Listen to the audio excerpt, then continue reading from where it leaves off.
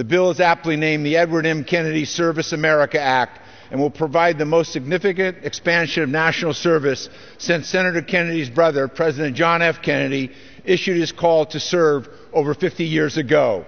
This bipartisan legislation is needed now more than ever. It will give Americans at all ages, from middle school students through retirement, the chance to be part of a solution of our greatest challenges, health care, education, and energy, and help us emerge from the crisis stronger. It will put Americans to work in their communities, in classrooms, in churches, and homeless shelters, and beyond.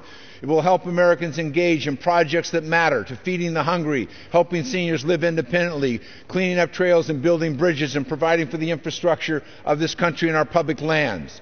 History has also shown that in a time of crisis, Americans turn to service and volunteering for healing, for rebuilding, and for hope. The spirit of generosity in the American people is one of the greatest assets of our nation. We see this every single day. In the past week, North and South Dakota has been a state of emergency, with communities facing severe flooding as the snow melts. And as they have in so many other times of disaster, Americans showed up to help.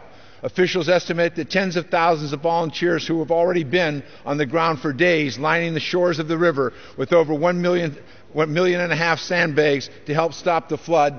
In Fargo, a city with a population of 90,000, 80,000 volunteers showed up to help.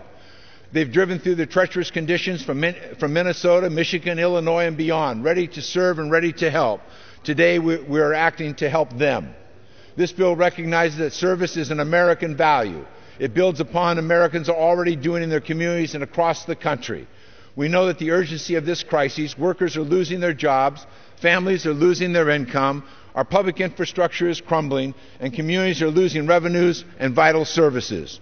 Our public needs are growing while our resources for meeting them are disappearing. This bill will help meet some of those very urgent needs. President Obama has recognized this, and he has made national service a top priority, in part because he knows it can help meet the three key priorities: health care, energy, and education. He has asked us to usher in a new era of service and to launch a 21st century generation of volunteers and to structure a new economy for the future and sustainable growth. He knows that volunteers play many roles. They can teach in our classrooms, they can green our communities and our schools, they can rebuild and weatherize our homes, help the uninsured find treatment at health clinics, and more.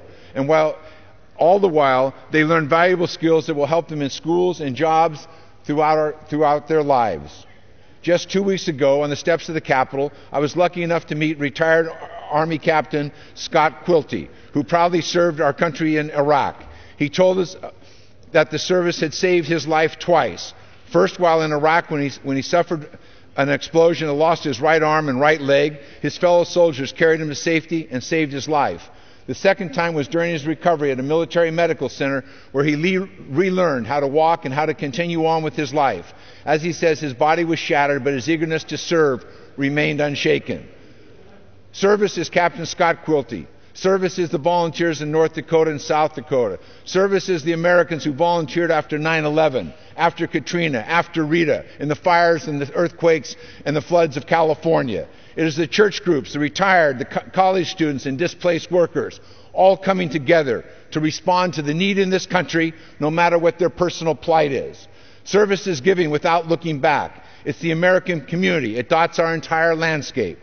The Edward M. Kennedy Serve America Act is just what this country needs at this pivotal moment in our history. Just like any volunteer who can't do it alone, this bill could not have happened without the tireless efforts of our staff. With that, I would like to thank Denise Fort, Alex Seha, Sarah Dyson, Stephanie Moore, Kim Cherish Becknell, Margaret Young, Adrian Dunbar, Fred Jones, Rachel Rasmussen, Melissa Salamowitz, Jessica Kahanek, and and all of the people on Mr. McKean's staff. I want to thank Amy Jones, Susan Ross, Rob Borden, and James Berjason.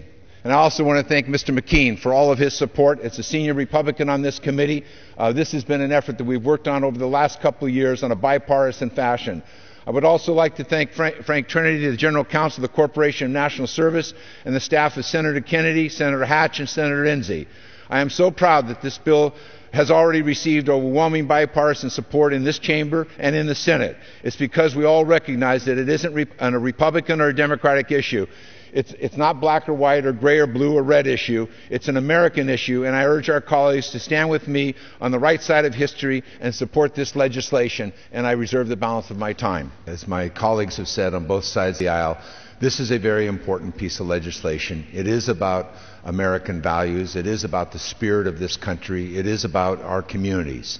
And it's going to provide, with the expansion that is provided for in this legislation, supported by this administration, it's going to provide a continuum of opportunities to volunteer, to participate in community activities, to support our communities, to help those in need in so many different situations. It's going to provide them that opportunity from middle school all the way to retirement and after retirement, where we are encouraging the alums, people who participated in AmeriCorps in the past and now have picked up a lifetime of skills and talents and experience, that they can once again turn back into service for America.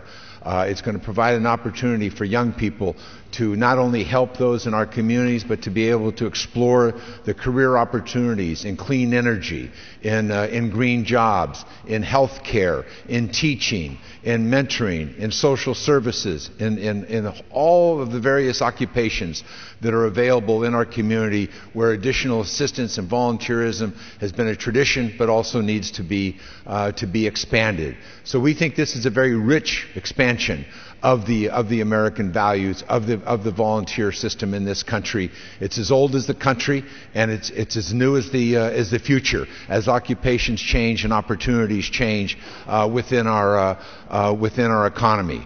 I want to thank Carolyn McCarthy for her leadership in authoring this legislation, and to all of those who have supported it. And finally, I just once again would like to say how proud I am that this legislation is named for Edward Kennedy, Senator Kennedy.